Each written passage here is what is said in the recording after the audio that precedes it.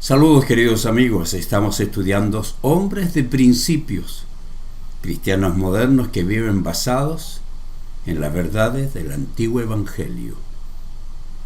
Quiero compartir con ustedes esta enseñanza que nos habla de lo maravilloso que es vivir la vida cristiana. En el capítulo 2 de este libro hablo de No me avergüenzo del evangelio, una celebración de la masculinidad bíblica. ¿Sabe por qué? Porque cuando usted se deja influenciar por otras personas, se avergüenza del evangelio. La filosofía de pensamientos ateas, anticristianas, condenan la masculinidad bíblica y promueven que los hombres sean los que las feministas dicen que deben ser. Los varones cristianos nunca debemos avergonzarnos del evangelio, viviendo conforme a las malas noticias del mundo liberal moral. Debemos vivir la buena noticia del evangelio con fundamento escritural.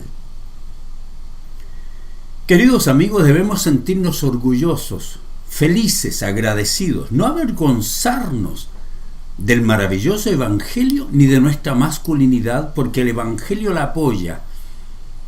Este evangelio que es buena noticia de la salvación, pero también buena noticia de que vivimos una vida nueva, la vida más maravillosa, la vida más altamente moral que existe y que nos permite vivir felices conforme a la razón de nuestra creación.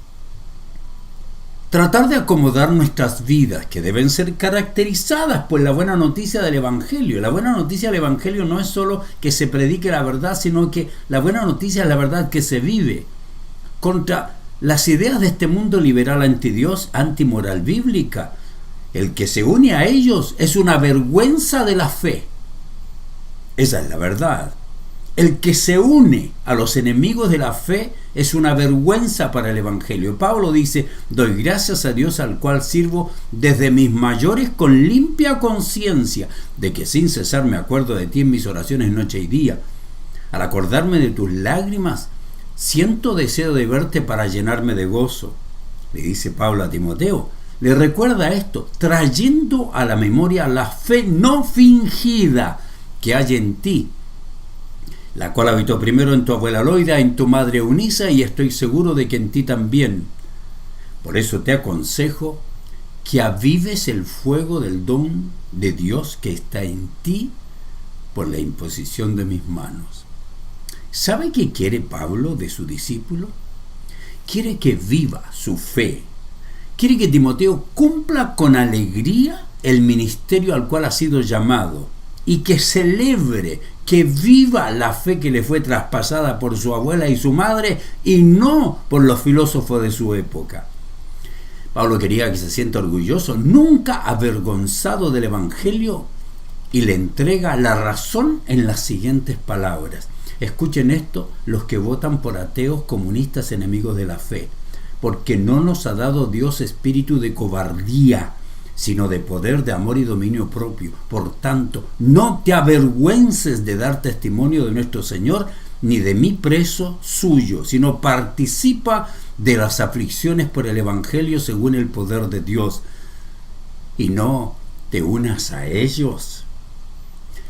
Nunca debemos avergonzarnos de nuestra fe, de nuestra moral.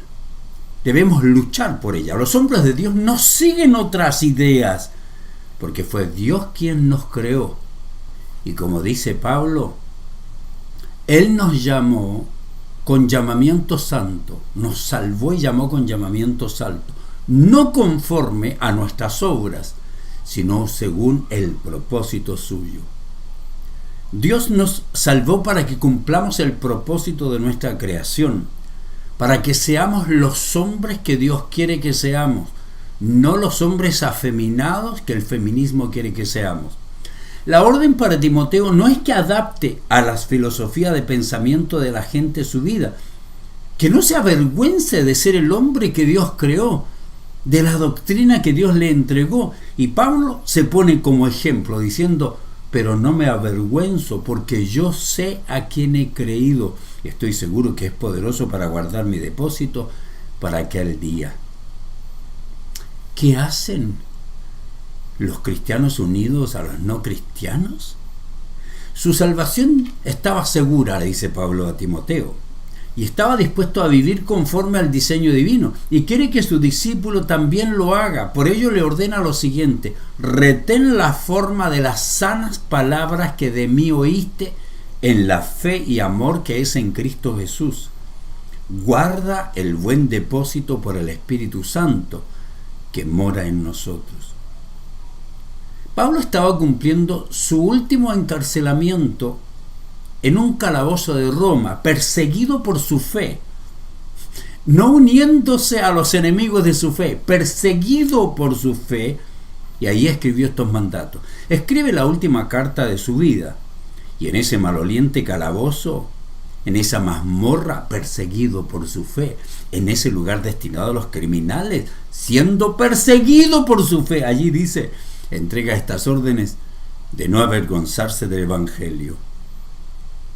El apóstol Pablo, poco tiempo antes de que le cortaran la cabeza y entrara en la presencia del Señor a quien tan fielmente había servido, ordena que su discípulo y nosotros no nos avergoncemos ni pongamos en vergüenza al Evangelio. Esto no significa que usted diga: no, yo no me avergüenzo de decir que soy evangélico. No tiene nada que ver con eso. Tiene que ver con no avergonzarse de sus principios, de luchar por sus principios, de luchar por sus valores, de no avergonzarse de la ética bíblica, de mantener su ética bíblica, mantener las doctrinas, mantener la moral cristiana. Los demás podrán redefinir los roles del hombre y de la mujer, pueden crear nuevos sexos, pueden atacar la masculinidad bíblica, pueden ofrecerle riquezas y todo, que va a haber justicia social, pero nunca existirá. El hombre de Dios no se avergüenza de ser un líder, de ser un proveedor, protector, la autoridad de su familia, aunque este mundo quiera quitarle su rol. Y aun cuando los demás se burlen, aun cuando los demás lo desprecien y le presionen, para que cambie sus convicciones bíblicas, para apoyar sistemas de pensamiento que son antife, antibiblia. Espero que me esté entendiendo, ¿eh? Pablo sabe que su vida terminará, pero sabe que no debe terminar el impacto del Evangelio. Sabe que el mundo irá de mal en peor, pero sabe que en gran medida la continuación de este ministerio que está en manos del joven Timoteo dependía de practicar la verdad. Timoteo tenía tal vez 35 años menos que su discipulador. Eran muy diferentes, personalidad distinta, pero ambos siervos de Dios independientemente de su temperamento. Este hombre llamado Timoteo, joven, tenía que pelear la buena batalla, nunca avergonzarse del Evangelio.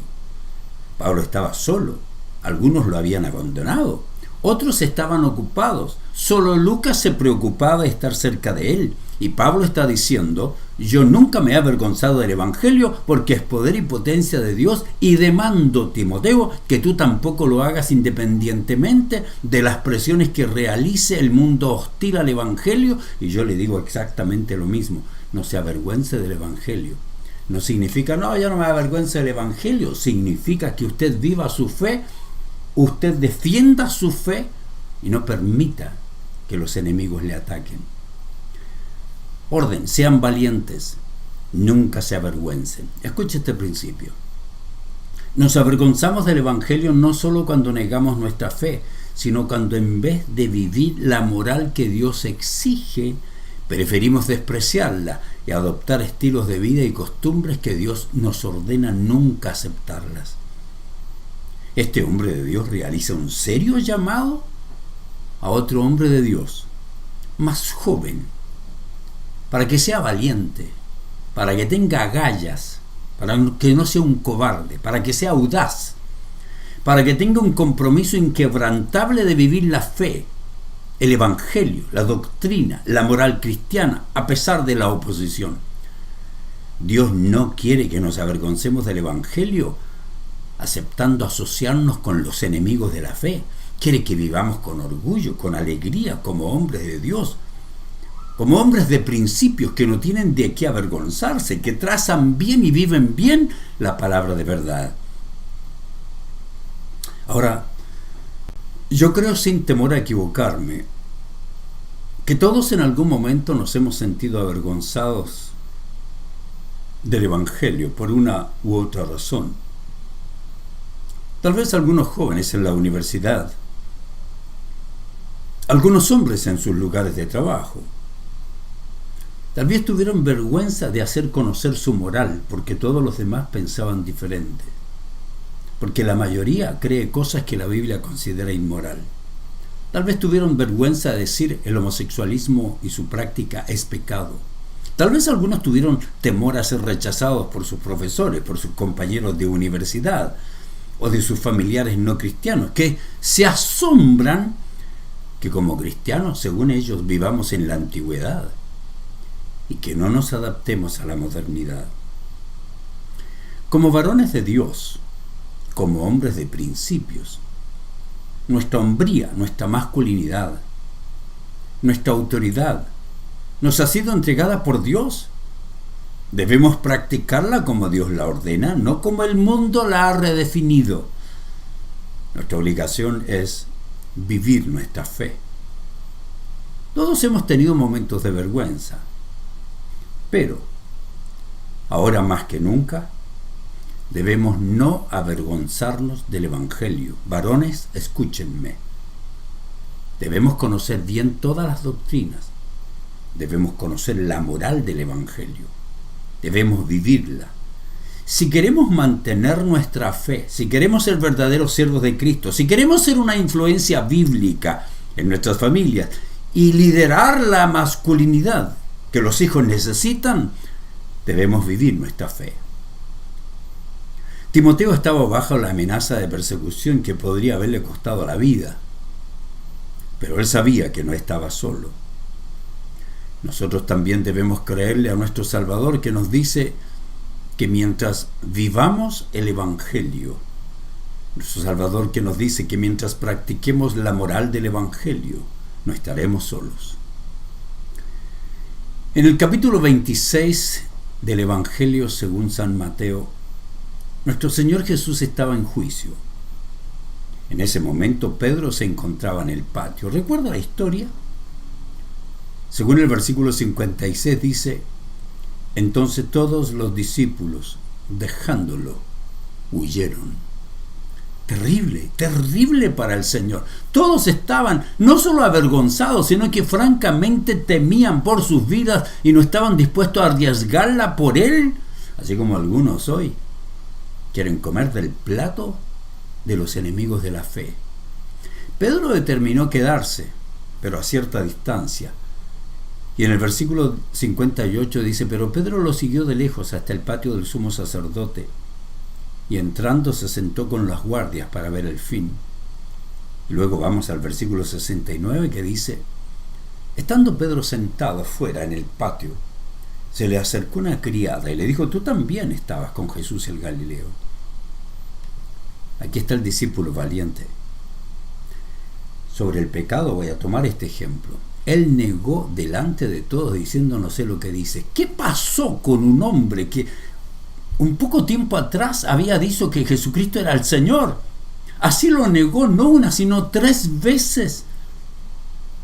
La verdad es que todos hemos pensado cuán horrible, cuán débil, cuán desagradecido, cuán poco amoroso, cuán descortés fue Pedro al negar a Cristo y mentir de esa manera. Sin embargo, sin excepción, todos los que hemos sido transformados por el poder del Evangelio y decimos que amamos al Señor Jesús, también hemos tenido nuestros momentos en que con nuestras acciones o palabras negamos nuestra fe. Un pastor que sale diciendo que es comunista no tiene fe, tiene comunismo. Me encanta que Dios sea un Dios de segunda, de tercera, de décimas oportunidades de arrepentimiento. Pues si usted en alguna área de su vida ha negado al Maestro, tiene la oportunidad de cambiar. En Juan capítulo 21, recuerda que Jesús se encontró con Pedro en la orilla del mar de Galilea después de su resurrección y le preguntó a Pedro 3 veces: Pedro, ¿me amas? 3 veces su hijo le negó, 3 veces le preguntó si lo amaba, 3 veces le contestó que sí. Porque Dios no quiere que sigamos avergonzados. Pedro, avergonzado de su fe, de su maestro, no podía proclamar ni vivir su fe tal como no pueden vivirla hoy los que lo niegan con sus hechos. Pero después de restaurarlo, Pedro sí estaba apto para el servicio. Jesús le dijo: algún día alguien te va a amarrar, te va a llevar a donde no quieras ir. Y se refería a la muerte con la que Pedro glorificaría a Dios. Pedro debía estar listo para morir por defender el evangelio por el cual sería perseguido. Hoy muchos cristianos no quieren defender su fe ni con un voto. Nosotros debemos estar dispuestos a morir por nuestra fe. Debemos estar dispuestos a seguir creyendo a Dios como debemos comportarnos como hombres de Dios. No debemos aceptar ninguna sugerencia del mundo que, yendo en contra de la verdad, quieren denigrar nuestra masculinidad. Si queremos ser buenos discípulos, queridos amigos, tenemos el deber de seguir al Maestro, ser hombres de Dios, ser hombres de principios. En esta congregación usted tiene que serlo. Yo lo soy. En el capítulo 10 de Mateo encontramos lo que Jesús enseña con respecto al costo del discipulado. ¿Recuerda lo que dijo? Todo aquel que me reconozca en público aquí en la tierra, también le reconoceré delante de mi Padre en el cielo. Pero al que me niegue aquí en la tierra, también yo lo negaré delante de mi Padre en el cielo. ¿Usted cree que una persona que le entrega a los enemigos de la fe poder para que cambie muchas cosas ni cree en leyes anti Dios es un amigo de Dios? No, es un amigo del mundo. Jesús está diciendo que todo aquel que abiertamente, sin vergüenza, admita su fidelidad al Evangelio, admita que Cristo es el Salvador y Señor, será un hijo reconocido. Pero quien continúa constantemente, se avergüenza de confesar su fe, de luchar por su fe, de vivir para Cristo, de vivir su fe, de vivir la ética bíblica, entonces seguramente no le conoce como Salvador, porque no lo conoce, no vive su fe. Y Jesús dice que Él se avergonzará de confesarte delante de su Padre, porque no vive su fe, por lo tanto no es cristiano. Debido a que no le pertenece, entonces no pertenece al reino de los cielos, porque ser un cristiano no es asistir a un templo. La implicación es sencilla. Cuando usted conoce genuinamente a Cristo, no debe andar asustado como gallina en corral ajeno. Debe andar como león orgulloso de su fe, viviendo su fe como hombre de Dios, no avergonzado porque no encaja en la nueva definición de hombría, porque no es un metrosexual, porque no encaja en la antigua definición bíblica. No, si no encaja en la antigua definición bíblica, entonces usted está siendo absorbido por esta mentalidad que le lava el cerebro a muchos hombres. En otras palabras, el vivir la fe le traerá problemas con el mundo, con su familia, porque los cristianos genuinos tenemos un precio que pagar. Jesús lo dijo. No crean que vine a traer paz a la tierra. No vine a traer paz, sino espada. He venido a poner a un hombre contra su padre, a una hija contra su madre, a una nuera contra su suegra. Esto lo dice Jesús. Sus enemigos estarán dentro de su propia casa y dentro de su mismo templo. Si amas a tu padre o a tu madre más que a mí, no eres digno de ser mío. Si amas a tu hijo, a tu hija más que a mí, no eres digno de ser mío. Si te niegas a tomar tu cruz y a seguirme, no eres digno de ser mío. Si te aferras a tu vida, la perderás. Oh, no, yo quiero un gobierno que me dé, yo quiero un gobierno que me sirva, yo quiero un gobierno de unidad. Jesús dice, pero si entregas tu vida por el Evangelio la salvarás. El que los reciba a ustedes me recibe a mí, el que me recibe a mí recibe al Padre que me envió. ¿Usted cree que puede asociarse con un narcotraficante terrorista que sea su presidente ahora?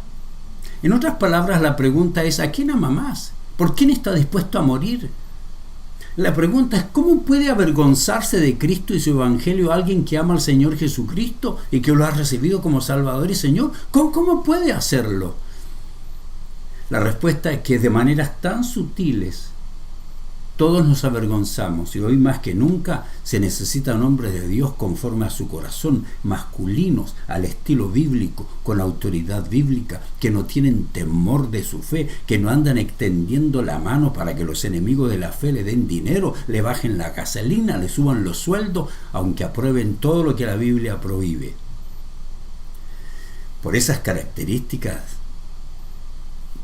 de un hombre de Dios, las características de un hombre redimido, tenemos que actuar como Cristo actuó. Si nosotros mostramos vergüenza de los principios bíblicos y en vez de vivir con la definición de masculinidad que la Biblia nos entrega, entonces nos estamos dejando impresionar por las definiciones pecaminosas de los que odian la moral cristiana. Timoteo recibió la orden de predicar, de enseñar, de liderar, de hacer la obra de un evangelista, todo combinado para cumplir con su llamamiento. Vivir la fe que le fue traspasada, no la que el mundo quería que viva.